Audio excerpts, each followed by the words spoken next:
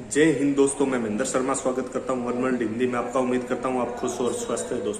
दोस्तों आइए दिखाते हैं पाक मीडिया की एक और लेटेस्ट डिबेट, जिसमें साजिद तरार और कमर चीमा के बीच बहुत ही जबरदस्त और लेटेस्ट विश्लेषण हुआ है कि सऊदी अरब से जो लोन लिया गया है वो अभी जल्द ही वापस मांग लिया लग जाएगा, तो कहां से देगा पाकिस्तान इमरान खान। और दूसरा, इस डिबेट में एक जिक्र ये भी हुआ है, अभी कभी आप चाइना से लेके सऊदी को दे देते हो और सऊदी से लेके चाइना को वापस उधार दे देते हो, तो ये एक सफल डिप्लोमेसी बिल्कुल भी नहीं है एक देश चलाने के लिए। तो दोस्तों आइए दिखाते हैं पाक मीडिया की एक और ये लेटेस्ट डिबेट, क्योंकि अभी हाल ही में पाकिस्तान पूरा अस्त व्यस्त हो चुका है, अंदर से गृह युद्ध की स्थिति बन चुकी है पूरे पाकिस्तान में, और कहीं ना कहीं इनसे पाकिस्तान संभाला भी नहीं जा रहा है तो दोस्तों देखिए डिबेट और कमेंट में अपनी प्रतिक्रिया जरूर दें। लास्ट में आपसे रिक्वेस्ट करूंगा, अगर आप मेरे चैनल पर नए हैं तो मेरे चैनल को सबसे पहले सब्सक्राइब कीजिए, लाइक शेयर कमेंट जरूर कीजिए दोस्तों। जय हिंद, वंदे मातरम, भारत माता की जय। दोस्तों कि ये जो $3 अरब है, पहले भी पैसे लिए थे, फिर उन्होंने जल्दी मांग लिए, ये क्या हमने वहां पे कॉम्प्रोमाइज करना पड़ेगा? फॉरेन पॉलिसी कॉम्प्रोमाइज होगी, पाकिस्तान की ओवरऑल इमेज कॉम्प्रोमाइज होगा। आप कैसे देखते हैं इस पैसे को जो सऊदी अरब से आया? चिंबा साहब, मेरे नजर में इसको क्या नाम दिया जा सकता है? ये एक टोपी ड्रामा है। ये टोपी ड्रामा ये होता है कि आप एक टोपी को उतार के दूसरे सर पर, दूसरे सर की टोपी उठा के उतार। अब इसका हल जो है वो ये इसको बिल्कुल डंग टपाऊ वाले दिन गुजारने वाले दिन है। अब ये उसी सऊदी अरेबिया से पैसा लिया गया, जिस तरह आपने खुद फरमाया कि इसी को अभी कुछ अर्सा पहले जब आपने कश्मीर का नाम लिया था ओआईसी के हवाले से, तो आपको सजा के तौर पर $2 बिलियन आपने चाइना से मांग कर इनको दिया।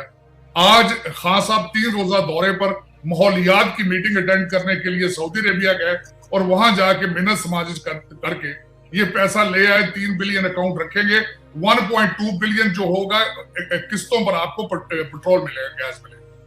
वो $1.2 बिलियन जो है वो तो इस्तेमाल होगा दुबई में और इंग्लैंड में और अमेरिका में इस्तेमाल होगा। इनकी कैबिनेट जो है वो मजीद प्रॉपर्टियां खरीदेगी, उसका तो कौम को कुछ भी नहीं होगा, कोई उसका बिल्कुल, मैं समझता हूँ कहीं भी नहीं जाएगा वो उसका डायरेक्ट, क्योंकि खान साहब अपने पिछले 3 साल में करप्शन को और मनी लॉन्ड्रिंग को बिल्कुल रोकने में नाकाम रहे हैं।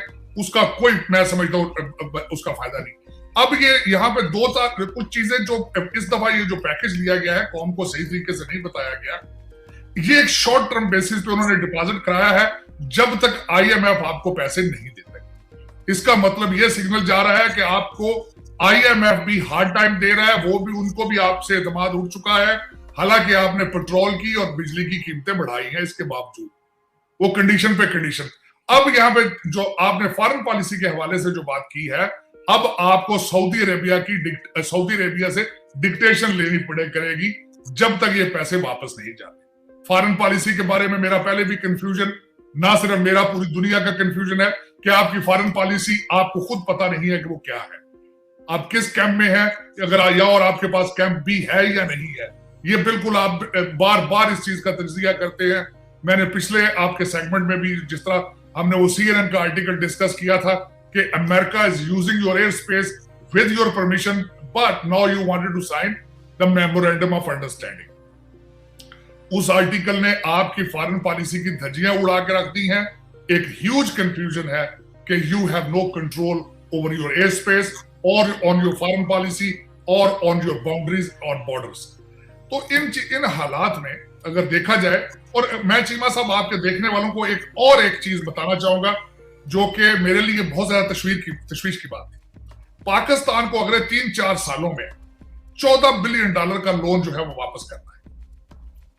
ये मेरी स्टेटमेंट नहीं है, आपके डीजी फाइनेंस मिनिस्ट्री में एक अफसर है मोहम्मद उमर जाहिद, उनकी स्टेटमेंट। मैं साथ रेफरेंस भी इसलिए दिया ताकि ये ना कोई समझे कि मैं इसको अपनी तरफ से आपको $14 बिलियन विद इन 3 और 4 ईयर्स देना है। वो किस तरह दे पाएंगे आप? मेरी समझ से बाहर है कि आप अभी तक 3-3, 4-4 बिलियन के लिए आईएमएफ और सऊदी अरेबिया की मिन्नतें कर रहे हैं, तो $14 बिलियन कहां से आएगा?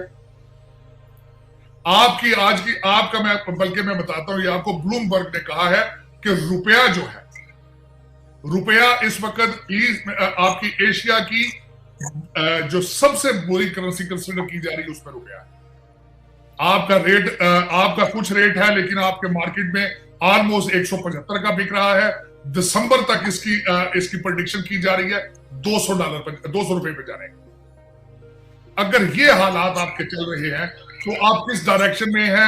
आप बिल्कुल फाइनेंशियली तौर पर आप दिवालिया के बिल्कुल पास पहुंच चुके हैं। लेकिन पाकिस्तानी सियासतदानों के और एस्टेब्लिशमेंट के माथे पे बल भी नहीं है। ये एक लम्हा फिक्री है।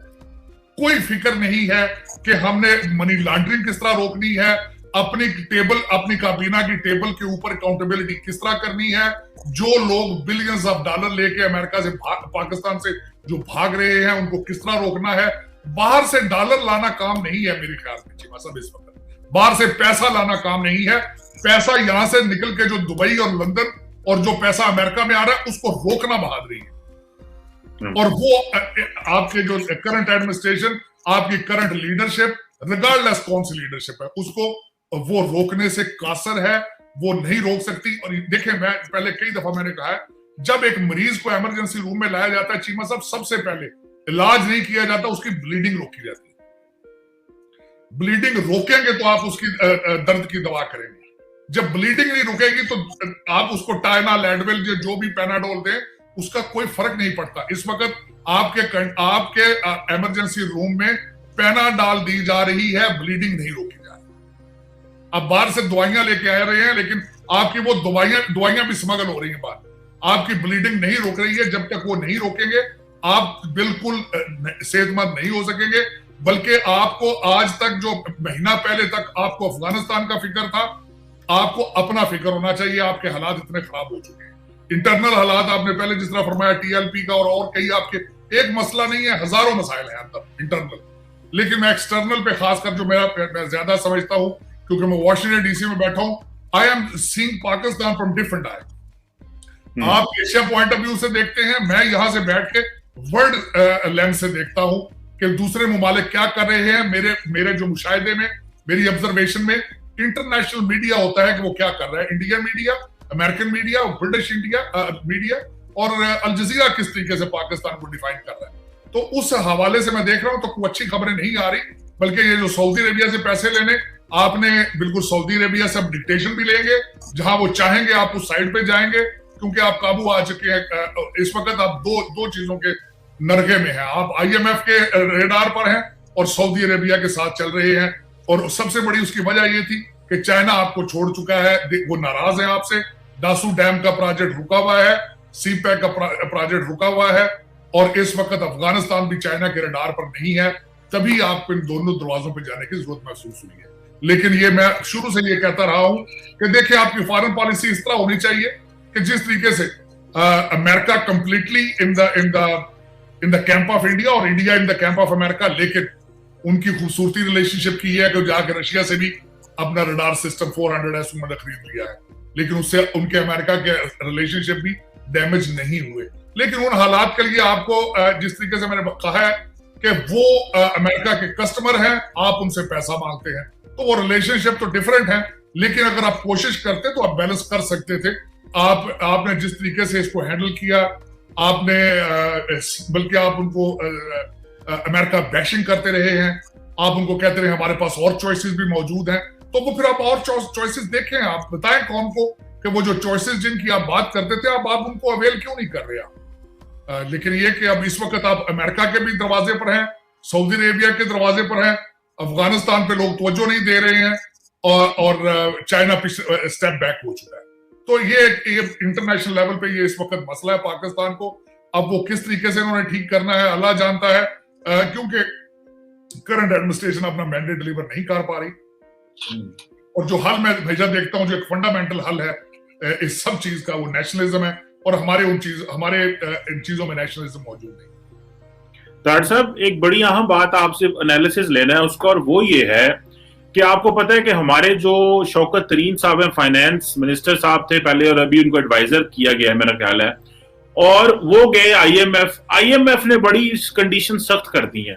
उन्होंने कहा जी हम $6 अरब में से, जो आपको अभी छठा रिव्यू चल रहा था, जो कि इनको पहले कंप्लीट करना था आई थिंक जून में, मई में, लेकिन ये उनकी टर्म्स एंड कंडीशन पूरी नहीं करते रहे, तो अभी ये गए थे वॉशिंगटन वहां पे बात ये हुई है, जो एक नया पाकिस्तान में पंडोरा बॉक्स खुल रहा है, लेकिन उस पर मीडिया ने ध्यान नहीं दिया।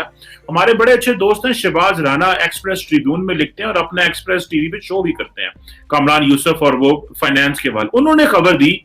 और आज भी एक हमारे दोस्त हैं बड़े अच्छे जान अचक से, उन्होंने दी न्यूज में लिखा है, वो कह रहे हैं जी कि आईएमएफ कहता है, और ये बहुत बड़ा स्कैंडल भी है तारक साहब, उन्होंने कहा है जी, आईएमएफ ने ये कहा है कि 50,000 अकाउंट है जो प्राइवेट अकाउंट है पाकिस्तान में। अब होता क्या है कि जो सरकार का पैसा होता है, जो मुख्तलिफ अदारों का है, डिफेंस मिनिस्ट्री का है, हाईवे का है, अकाउंटेबिलिटी वालों का है, ये क्या करते हैं, ये सरकारी पैसा उठा के प्राइवेट बैंकों में रख देते हैं। जब हुकूमत को कर्जा चाहिए होता है तो हुकूमत को वही पैसा प्राइवेट बैंक जो है वो वापस कर देते हैं, और उस पर जो है वो हुकूमत उस पर इंटरेस्ट पे करती है।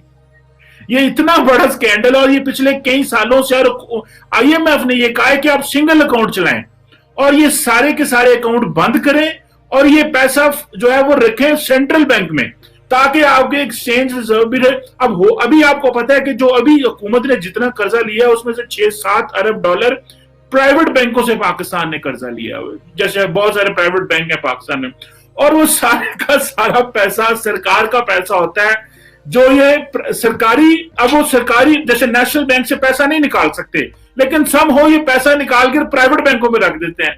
इन्होंने अकाउंट खुलवाए हैं। अब आईएमएफ कहते हैं वो अकाउंट बंद करो, ये कहते हैं हमें 1 साल का टाइम दो, वो कहते हैं 1 साल का टाइम कैसे दे, आपका तुम्हारा रिव्यू अगले साल खत्म हो जाना, आपने हमसे प्रॉमिस किया है। इन्होंने अभी कहा हम फरवरी में करते हैं वो। अब जो सऊदी अरब से पैसे लिए हैं, क्योंकि आईएमएफ से भी बंद हो गई है, तो ये भी जरा बताएं कि ये एक तो कितनी बड़ी ज्यादती है कि सरकारी, और लोग अब कह रहे हैं क्योंकि ज्यादातर जो अकाउंट है वो मिनिस्ट्री ऑफ डिफेंस के हैं, तो ये सिविल मिलिट्री टेंशन पैदा हो सकती है। इमरान खान अगर ये एग्री कर रहे हैं वहां पे और आके अपने इदारों को कहो ये प्राइवेट बैंकों में अकाउंट बंद करो, तो हमारे फौजी भाई नाराज हो सकते हैं, स्टैब्लिशमेंट नाराज हो सकती है कि ये आप किस तरह की डीलें करके आ रहे हैं, क्योंकि जाहिर बात है कोई ना कोई उसमें कुछ चीज होगी जो सरकार से निकल के प्राइवेट में निकाला है। जरा इसमें भी बताएं। और देखिए हुकूमत सूद दे रही है, अपने पैसे के ऊपर सूद दे रही है, जो अपना पैसा प्राइवेट बैंकों में रखा, प्राइवेट बैंक आगे से फिर हुकूमत को वो कर्जा दे देते हैं। ये कितनी बड़ी ज्यादती है। और आईएमएफ कह रही है बंद करो, और इनसे ये बंद नहीं हो पा रहे, और इमरान खान के लिए मुश्किल बन गई। देखिए, मेरी नजर से आर्टिकल गुजरा था, जिस तरह उन्होंने कहा था कि आप सारा कुछ पैसा निकाल के सेंट्रल बैंक में रखें, ये जो आपके मुख्तलिफ किस्म के बैंक हैं इनमें से करप्शन की स्मेल आ रही है। मैं बिल्कुल इसको पढ़ चुका हूं, लेकिन इसका भी पहले मैं जवाब ये देना चाहूंगा कि आपको पता है शौकत तरीन साहब के पंडोरा बॉक्स में, पंडोरा पेपर्स में अपने अकाउंट निकल चुके हैं, उनके बच्चों के अकाउंट निकल चुके हैं। उनके पास कोई इस वक्त अखलाकी जवाज ही नहीं। उनको चाहिए था कि वो रिजाइन देते या उनको कार्नर किया जाता कि जब तक इन कौम को एतमाद में ना लें हम आपको दोबारा आपकी पोजीशन पे नहीं बिठाएंगे।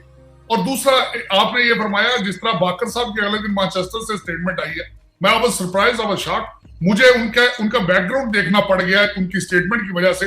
और अब सरप्राइज कि उनके पास बर्कले से इकोनॉमिक्स की डिग्री है, हार्वर्ड से इकोनॉमिक्स की डिग्री है, लेकिन उनकी स्टेटमेंट हाई स्कूल के इक्विवेलेंट थी जो उन्होंने मैनचेस्टर से दी है। और दूसरा, मैं आपको बताऊं कि बाकर साहब भी यहीं से गए हैं, वापस आ जाएंगे। अब आपके इशरत साहब ये डील का हिस्सा थे आईएमएफ के साथ, ये भी यहाँ से सिटी बैंक से गए हैं, अपने दोस्तों को मिलने आए थे। हो सकता है कि यहाँ पे कोई प्रॉपर्टी हो उसकी टेक केयर भी करनी हो, तो और खुद जनाब ने फरमाया है यहाँ पे बैठ के कि ये मीटिंग वर्चुअल भी हो सकती थी, क्योंकि आजकल तो दुनिया वर्चुअल मीटिंग्स कर रही है। लेकिन उन्होंने मुनासिब ये समझा कि फर्स्ट क्लास का टिकट लिया जाए, क्यों ना जाके कुछ थोड़े दिन अमेरिका में अमेरिकन डिशेज एंजॉय करें, दोस्तों को मिल जाए, प्रॉपर्टी की टेक केयर कर ले। तो असल में सारी गेम तो यही हो रही है। आप ये देखें, मैंने हमेशा ये कहता हूं कि खान साहब की एडमिनिस्ट्रेशन का अगर आज तज्जिया किया जाए तो अमीर लोग या अमीर लोगों के बच्चों को उन्होंने गवर्नमेंट की ट्रेनिंग देनी शुरू कर रखी है।